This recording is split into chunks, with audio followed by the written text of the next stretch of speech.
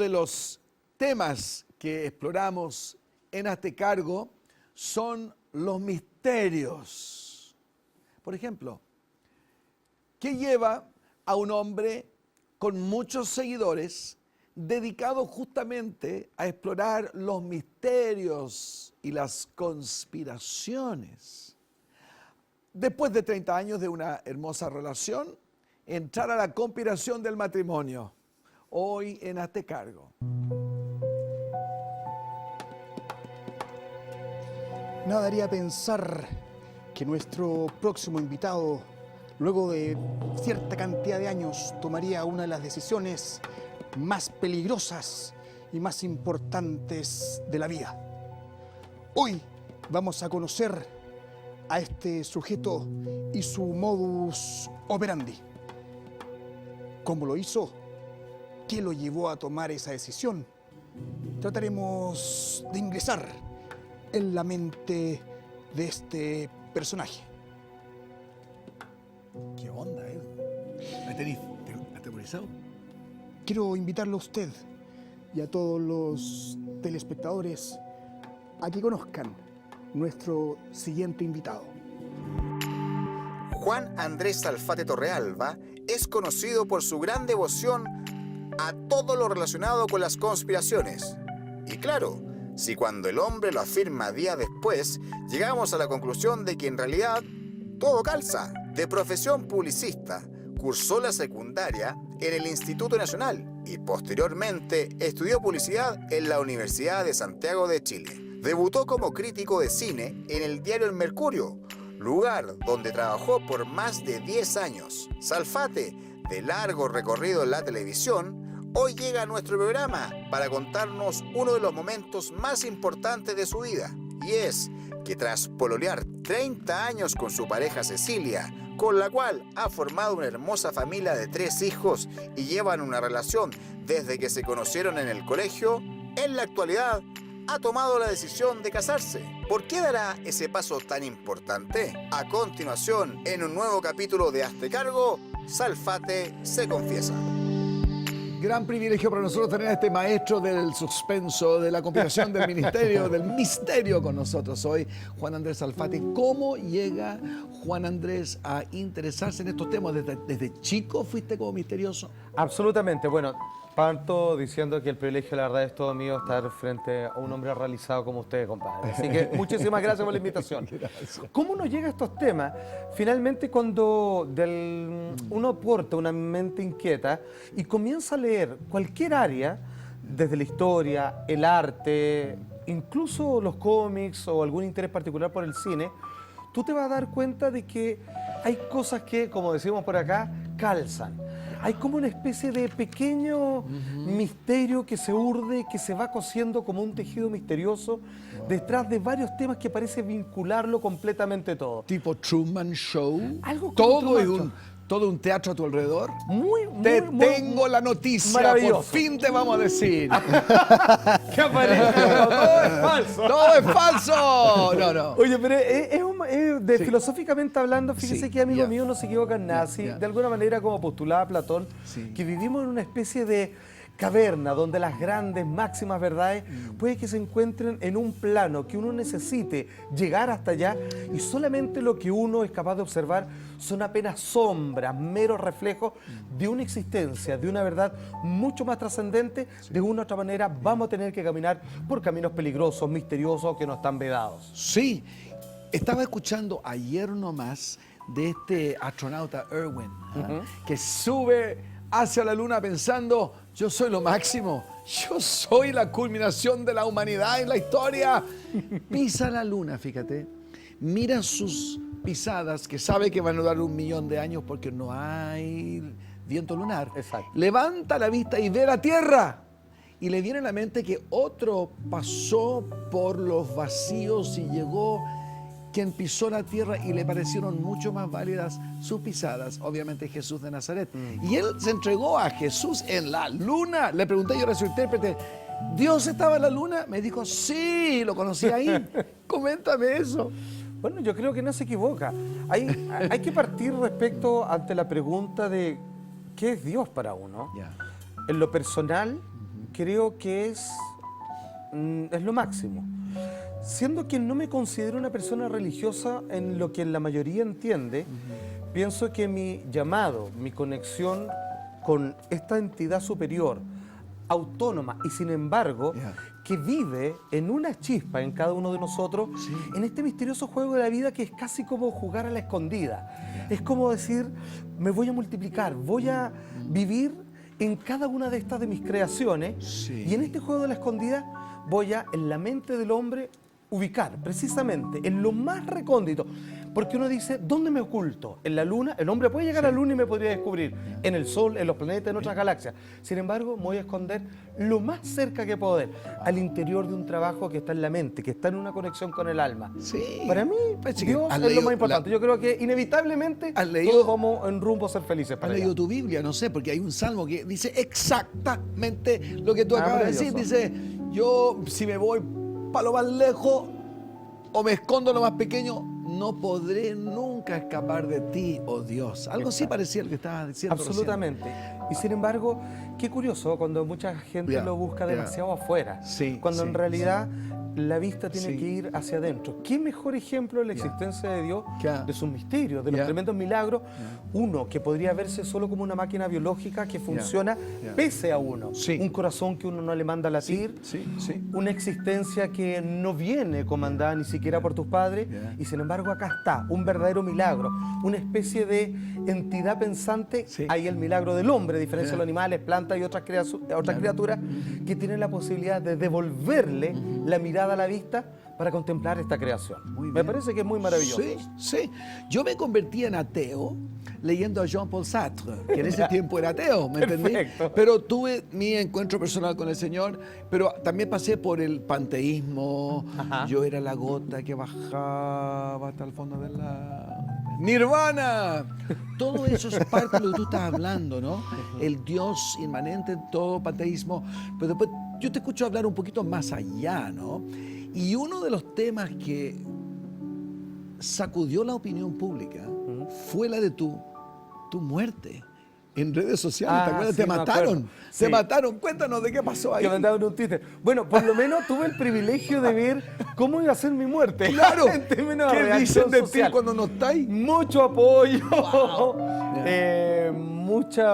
mucho llanto, hubo personas que de alguna manera ya me comenzaban a echar de menos, así que fue bastante agradable. ¿Cómo iba a ser ese funeral? ¿Dónde va a ser? Absolutamente, con mucha gente al parecer. No iba a convocar personas como la muerte de Elvis Presley, pero por lo menos algunos me iban a llorar por ahí. No, pero es entretenido Ya, darse sí, cuenta sí. quizás la falta que puede llegar a ser uno. Correcto. ¿Y tu relación con la muerte misma? ¿Tienes temor a morir? No, fíjate, por distintas situaciones en la vida, por incluso hasta trabajos de carácter introspectivo, podría decir que me he acercado a la orilla de la muerte. Ya. Y fíjate Sí. que no le tengo miedo, Ajá. porque yo como veo la muerte, solamente como un tránsito en donde yo no puedo morir. Finalmente soy esta energía individual, hoy día llamada Juan Andrés Alfate, que nace de un origen de por sí ya inmortal, Sí. y que lo único que puedo hacer es como una gota que vuelve indefectiblemente al mar nomás. O sea, dejo de ser una gota con nombre, pero vuelvo a recordar lo único que importa, que siempre yo he sido el mismo mar nomás. Ya. Ok. Es como que no puedo morir. No le puedo tener miedo a lo que nunca va a ocurrir. en Alguien me realidad. dijo una vez, no tengo temor a la muerte, pero sí el proceso de morir. ¿Eso resuena contigo o ni Fíjate eso? que si yo tuviera que tomar la experiencia de personas que clínicamente han sido declaradas muertas Sí. y luego vuelven, Y te cuentan. fíjate que cuentan pasajes maravillosos, Sí. muy similar a los de ciertos profetas bíblicos, por ejemplo, cuando son transitados en carrozas de fuego y son llevados a los altos tribunales, como por ejemplo en Juan de Apocalipsis, Sí. donde habla de estos 12 tronos, 24 tronos, perdón, que lo Sí, rodean. sí, sí, sí. Entonces, si es que yo trato de hacer una analogía, si eso es la muerte, si es el proceso de la muerte, o me voy a otra cultura, si eso es lo que los tibetanos llaman el bardo, los procesos por donde transita el alma, ante, en el caso de que ellos creen en la reencarnación, fíjate que me parece que es un viaje maravilloso, donde me deshago para volver a formar parte del todo y luego volver a unirme con esto que Sí. uno siempre está echando de menos. Porque cualquier anhelo que genere el hombre, creo yo, cualquier falta, angustia que tenga, es simplemente porque le falta esa reconexión con la unidad. O sea, uno le echa bastante de menos a Dios por el hecho de ser uno. Ya. Veo que lees tu Biblia y veo que has leído Apocalipsis. Mucha gente teme ese libro, pero yo te pregunto, ¿hay como una fascinación hoy por lo que tú haces? Eres muy popular, tu programa tiene un alto rating. Cuéntanos, ¿por qué hay tanta fascinación contigo, pero contigo y estos temas? Da la impresión de que la gente, por distintos caminos, trata de entender qué va a ocurrir con él una vez que ya no esté. Trata de entender cuál va a ser su relación o si se volverá a reencontrar con sus seres queridos. Fíjate que no hay una respuesta categórica para mí. Yo encuentro que al misterio hay que dejarle ese trabajo. Esos designios no le corresponden a uno. Sí. Uno simplemente yo creo que debe vivir en el presente con el milagro de la vida y tratando de hacer el mejor desempeño posible dentro de lo que a uno le toca. Si yo comenzara a fijarme en aquellos estratos que los que nunca he estado, con los que nunca he visitado y que claramente con este cerebro humano sería incapaz de abarcar, sería una pérdida de tiempo y hasta quizá una insolencia. Es mejor dejar a que los grandes hagan sus grandes obras y nosotros vivir lo mejor que nos convoca hoy en día, que es ser el mejor ser humano posible nomás. Bien, gracias. Edu, Juan, querías decir sí. algo, veo. Mira, ¿cómo ves tú el tema de que efectivamente tú eres una persona que tiene muchos seguidores? Podríamos decir que eres un referente, sobre todo de los más chicos también, ¿ah? que te siguen. ¿Cómo convives tú con eso? Porque hay una gran responsabilidad. Yo no sé qué tanto de lo que tú dices tiene una base concreta, qué tanto es fantasía, lo dejo para el tema del show televisivo, pero ¿cómo sientes tú esa responsabilidad con lo que tú dices? Mi responsabilidad yo diría que es una sola. Los temas que se pueden abarcar son todos interesantes cuando son bien explicados y son abarcados desde puntos de vista que son precisamente interesantes a partir del trabajo y la labor que ha hecho cada espectador o relator de estos temas. Mi responsabilidad es como, ¿qué debiera ser uno? ¿Una persona religiosa? ¿Una persona espiritual? No lo sé. Mi responsabilidad es simplemente ser una persona amable, una persona congruente en términos de empatía con los demás. ¿Qué significa esto en la práctica? Que si es que alguien viene y me pide un favor y está a mi alcance, tratar de cumplírselo no como una especie de deseo de estar conmigo, sino que simplemente despejar una duda, dar una opinión y ser muy, muy cariñoso con quien se me acerca de una manera respetuosa, fíjate. O sea, yo creo que la única obligación es... Hay que vivir acá. Yo creo que por ahí había una frase zen que decía, no se puede vivir mucho tiempo en el cielo porque allá no hay jabón ni baño. O sea, me refiero que en esta operatividad necesitamos ser concretos, necesitamos ser prácticos. Y lo único que necesita la gente, yo no sé si cree en Dios o no esa persona, yo no sé si cree más en los extraterrestres, en los duendes, si cree que hay vida después de la vida, si cree en la reencarnación o en la vida eterna, o en que algunos se salvarán y otros no, y en el infierno y en el cielo, sino que mi única diferencia que tengo hacia él es demostrarle paciencia, un espacio de integridad de lo que estoy hablando y particularmente cariño. Eso no puede fallar. Y Ser hacerle amoroso con los demás no puede y fallar. hacerle reflexionar, como bien haces tú. Por lo menos les creas la pregunta. Ahora, la generación de hoy, mi querido Uy, Juan es Andrés, complicada. mira, lo pasan metido en un celular. Es. Claro que ese celular los lleva al universo entero, ¿ah? Por internet. Sin embargo, muy cortoplacista, muy centrado en el ego. ¿Qué está pasando, crees tú? Hay un problema. Fíjate que la otra vez veía una fotografía donde salía un bosque y decía, acá no hay wifi, pero hay más conexión. Entonces tiene que ver con que, fíjate que hay una Buena. leyenda Hopi de estos indios Sí. norteamericanos, donde ellos hablaban de la época o el estado de Koyaanisqatsi. En su idioma, eso significa vida en desbalance. Y ellos tenían una profecía, esto lo hicieron hace cientos de años, y decían, va a llegar un día el hombre donde va a estar muy perdido. Y uno de estos ítems, donde decía, era que el hombre va a estar unido Claro. a todo el mundo a través como de una telaraña, veían ellos, que es Sí. como la red mundial. Sin embargo, cuando piense que está más unido con las cosas, es cuando más separado va a estar de los demás y de sí mismo. Sí. Yo creo que ese es esta época, Ok. donde las personas creen que llegan a más, donde en tu Facebook dices tienes 5.000, 1 millón de amigos, pero en realidad quizás no tienes ni uno solo de verdad. Ni uno solo, sí. Ahora, en medio de esta, podríamos decir casi desierto de personas solas, ¿no? Con su propio mundo de internet, en medio de todo eso, sorprendiste a miles.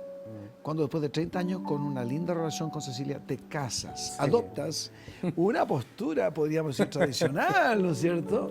Sí. ¿Por qué el matrimonio significó algo para ti más que solo vivir con alguien?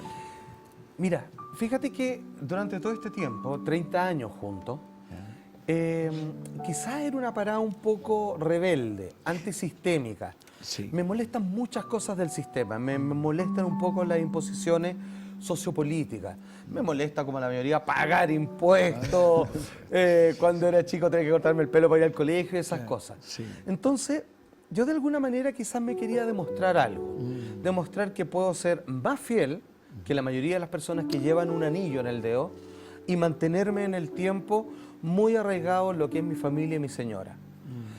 Y cuando esto ya no tuvo que probarse más, me relajé con el tema y me pasó lo mismo que cuando te decía lo del pelo. Sí. Como no me importa, me dije yo, entonces si no me importa de verdad, no tendría por qué ir con el pelo largo. Me lo podría cortar y de verdad mostrarme que no me importa. Y me corté el pelo. Cecilia y mira quería. cómo quedé.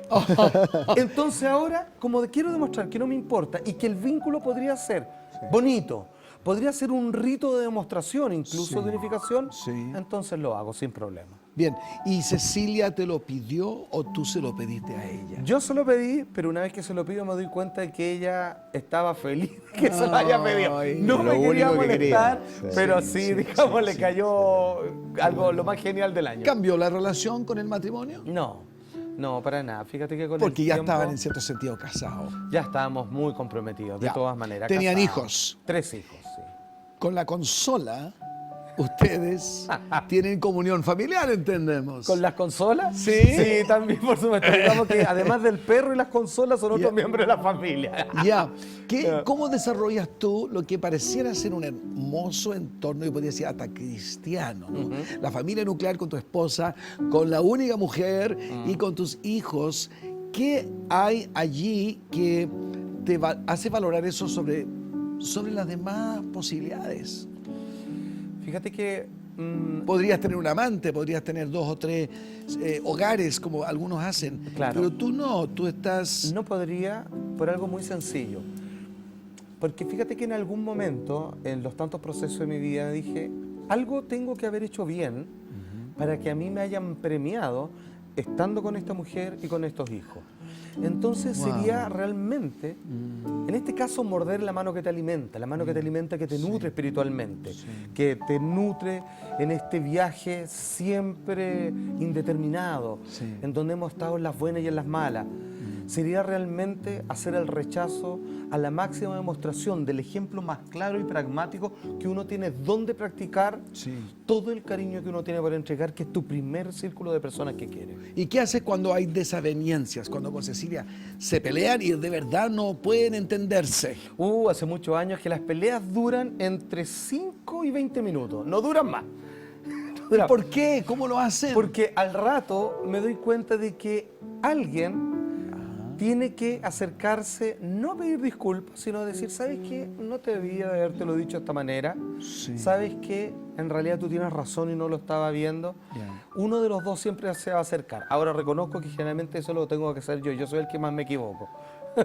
Y le pides perdón. Sí, de inmediato. De chico era de los que, yo me imagino al Salfatito, que quizás en la cama de la noche, esto se imagina de tu programa, tenía que salir a la mano de debajo de la cama. Sí. O que, como yo, pensaba en la eternidad y se agobiaba a los 4 años. La eternidad.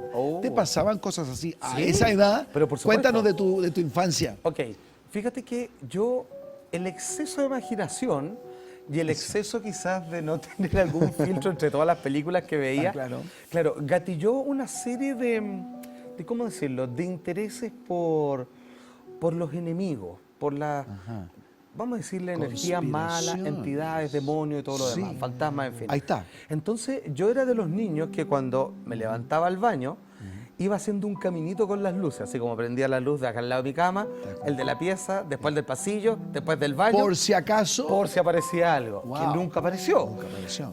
En algún momento yo creo que uno hace la reflexión y decir, ok, están, supongamos que están, Sí. no han aparecido hasta ahora. Y uno comienza a entender dónde están los verdaderos demonios, quizás. Y los verdaderos demonios quizás los porta uno. Yeah. Los enojos, la rabia, el no pedir perdón, el orgullo, Yeah. la avaricia, hay un montón de cosas. Correcto. Entonces, en algún momento, cuando uno hace las paces consigo, y uno, de alguna manera, primero le pone un collar a sus demonios y los tiene así, porque a veces hay gente que lo ocupa, digamos, para hacer otras cosas más entretenidas, de repente ya, finalmente, no lo ocupa más nomás. Entonces, esos miedos se van venciendo. Yo diría que los últimos miedos los he ido venciendo de grande, fíjate. Yo hasta hace poco me da cuenta que le tenía miedo a la oscuridad. ¿Cuál fue el último miedo que venciste? Fíjate que arrastraba algo muy, muy, muy extraño que tenía que ver con un miedo a la oscuridad, muy raro. Ya.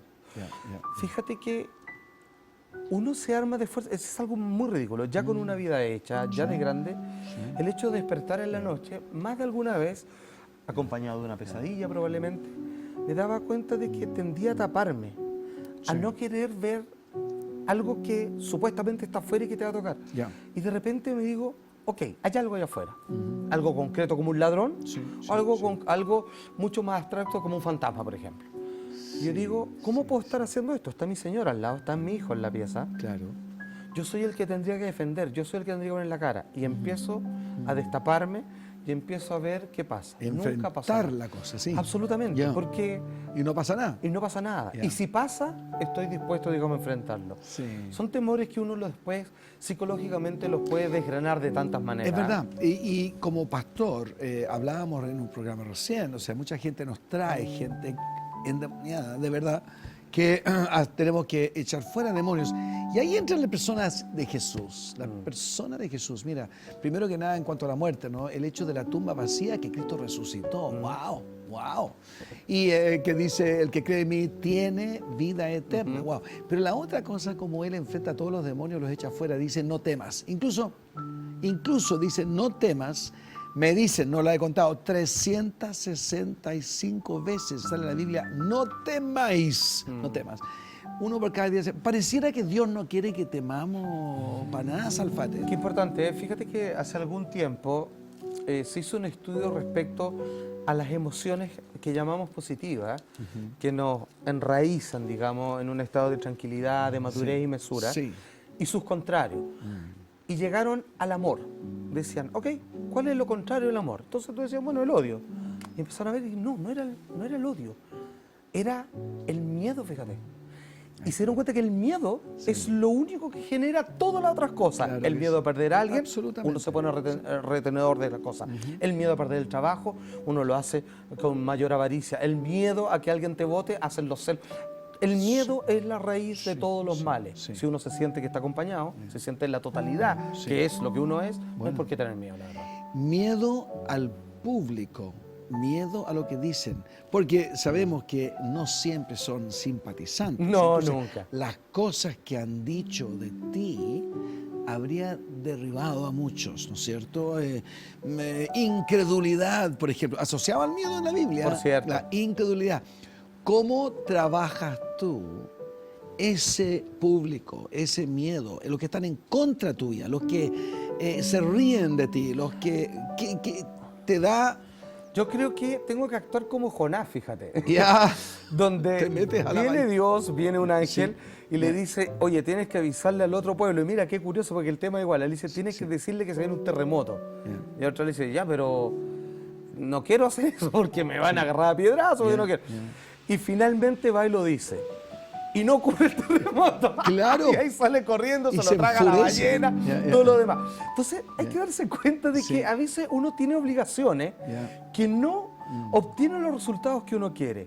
Ya. Y si es que uno es honesto consigo mismo y apunta a un bien mayor, la verdad es que uno ni siquiera tiene que aguantar esas críticas cuando no son críticas, son simplemente pensamientos que vienen con mucho enojo, mucha frustración y simplemente uno se convierte en una especie de pararrayo para que otros descarguen sus iras que vienen de más atrás. Generalmente las personas cuando se enojan nunca se enojan de lo que dicen, se enojan de otras cosas, que el papá no lo pesca, digamos, que le fue mal en la pega y se enoja con alguien que está en la calle por una razón que él mismo inventa. Entonces, por ejemplo, en el tema precisamente a propósito de Jonás y los terremotos, a veces si yo digo, porque creo que cuento con una herramienta que le puede servir a alguien, pero que no es 100% efectiva, porque hay factores que hacen que eso se dé o no, yo siempre daba el ejemplo. Si es que yo sé, porque escuché, que alguien va a robar a tu casa, ¿qué debería hacer yo? ¿Te digo o no? Y me he encontrado que personas diciéndole, oye, mañana escuché que unos ladrones van a entrar a tu casa. Yo le dice, ¿por qué me dices? Yo no quiero saber, me da miedo. Sí, bueno. Pero yo creo que debiera, en mi formación moral, decirle a esa persona, si pasa o no, ya no depende de mí. ¿Te avergüenzas de algo en tu vida? ¿Has tenido que pedir perdón o arrepentirte, usando el lenguaje más bíblico, de quizás grandes quiebres de tu propia ley moral que acabas de mencionar? Cuando tú dices, esto es bueno, y sin embargo uno no lo hace. Hay aspectos en tu conformación, Salfate, que produjeron este carácter, pero que pasan por el arrepentimiento, el profundo dolor de una equivocación. Fíjate que yo creo que uno se equivoca muchas veces, en mayor o en menor grado. Pero fíjate que el arrepentimiento, quizá hay una palabra que falta acá, que no sé cuál es. Que si de no ser por esos errores, uno no podría tener ese punto de vista, vamos a decir arrepentimiento, pero de entender y poder hacer un cambio para volver, enraizarte, no meterse más ahí, Bueno, en fin. ¿Te ha pasado a ti? Puedes imaginar. En millones de cosas. Dame un ejemplo. Para que la gente que te escucha te conozca mejor. Desde levantarle la voz a mi señora, desde tomar algo que no es mío. Fíjate que podríamos decir que estoy arrepentido prácticamente de todo, porque en todo lo que hago me equivoco. Eso entonces, es muy bíblico. Claro, entonces yo tengo que partir de esa base, de que me voy a equivocar y tengo que corregir. Ahora, ¿cuánto me demoro en entender cuánto me equivoco? Pueden ser por distintas razones. Pero si tú me preguntas eso, me estoy constantemente equivocando. Lo único que me queda es que o me doy cuenta yo mismo, o va a venir alguien, un buen amigo, que al principio quizás, como su propia conciencia no lo escucha, pero que va a venir, obviamente, a colocarte los puntos sobre la I, y de ahí uno tiene que estar sobre todo muy atento. Podríamos haber hablado de tantas otras cosas, mi querido Salfate, ha sido tan lindo tenerte, muy interesante, nos faltaron las conspiraciones del universo. Bueno, pero podemos hacer otra vez. Yo me quedo con algo, A ver. me quedo con Juan Andrés Salfate, que decidió casarse con su Cecilia. De verdad me emociona. Muchas gracias, Martín. Que decidió amar a sus hijos y desarrollar su universo ahí adentro. Felicitaciones por eso. Y me imagino, la pregunta que te hago es, ¿ese es el rumbo futuro también para ti? ¿A eso te compromete? ¿De eso te haces cargo? De todas maneras. Fíjate que de un tiempo a esta parte lo único que trato de hacer es responder a la expectativa de todos los dones que se me dieron nomás. Ahora, ¿dónde está la verdadera realización? En compartir. En donde si esto fuera solo para mí, como en la parábola de los talentos, estaría enterrándolo y estaría generando un huerto tremendamente egoísta. Que si de ese fruto se pueden alimentar más personas, y no solo mi familia, para eso estamos. Ahí ven al personaje tan conocido en nuestro país, Juan Andrés Salfate, conversar abiertamente de sus valores, de sus creencias. Es un hombre sencillo y transparente en realidad, y de él podemos nosotros reflexionar en casa también. Nosotros nos estamos haciendo cargo de nuestro futuro, de nuestro destino, de nuestras familias. Este ejemplo hoy nos hace reflexionar. Así que, mi querido Juan Andrés, tengo que darle un abrazo Muchas gracias, maestro. De agradecimiento. No, todo lo contrario. Nos ha ayudado mucho en este programa. Muchísimas gracias, maestro. Junto a usted, vamos a decir, nos vemos en un próximo Hazte Cargo.